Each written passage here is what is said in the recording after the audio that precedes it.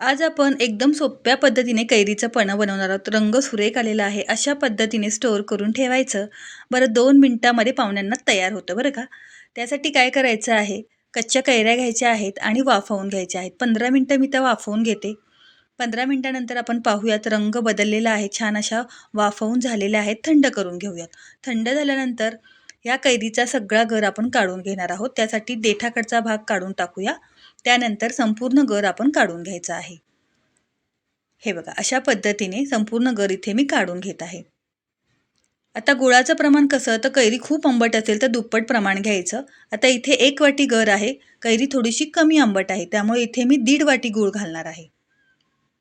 हे बघा आणखीन अर्धी वाटी घालते आणि मिक्स करून घेते. 5 मिनिटं हे मिश्रण असंच ठेवायचं आहे, म्हणजे याला हलकंसं पाणी सुटतं. 5 मिनिटानंतर तुम्हाला दाखवते.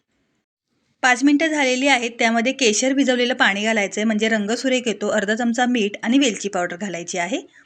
पुन्हा छान असं मिक्स करून घेऊया आणि मिक्सरच्या भांड्यामध्ये काढून घ्यायचं आहे आणि मिक्सरला फिरवून घ्यायचं आहे. आहे की नाही एकदम सोपी रेसिपी.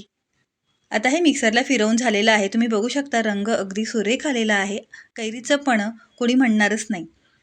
आता एका काचेच्या किंवा प्लास्टिकच्या बरणीत भरून फ्रीजमध्ये ठेवायचं. 15 दिवस आरामात टिकतं. बरं बनवताना फक्त 2 चमचे घालायचं आणि थंडगार माठातलं पाणी घालायचं. मस्तपैकी आपलं कैरीचं पन्हं तयार झालेलं आहे. पाहुणे आले की 2 मिनिटात तुम्ही देऊ शकता. अशा पद्धतीने बनवून ठेवलं तर.